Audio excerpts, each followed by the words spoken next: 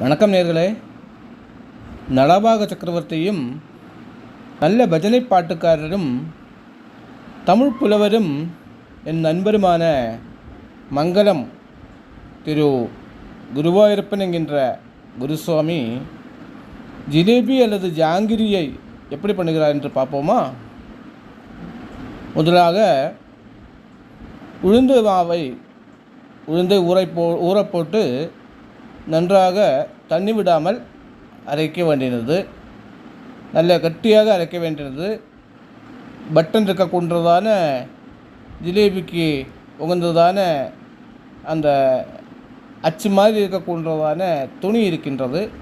அந்த துணியில் அதை போட்டு பட்டன் வச்சுருப்பாங்க ஓட்டை வரதுக்கு. அதில் நல்ல கட்டியாக அரைத்து நன்றாக முறுமுறு என்று நெய்யிலேயோ அல்லது எண்ணெயிலேயோ எப்படி தேவையோ அதுக்கேற்ப முறுமுறுன்னு வறுக்க வேண்டியது.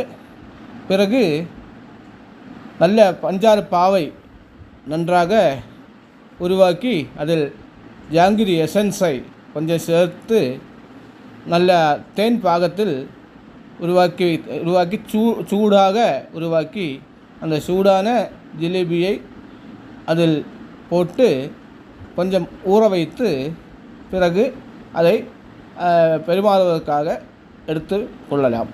ரொம்ப சூடான முறுமுறுப்பான ஜிலேபி தேவைப்படுபவர்கள் திரு மங்களம் குருவை அணுகலாம். எப்போது வேணுனாலும் அணுகலாம். வணக்கம் நேயர்களே.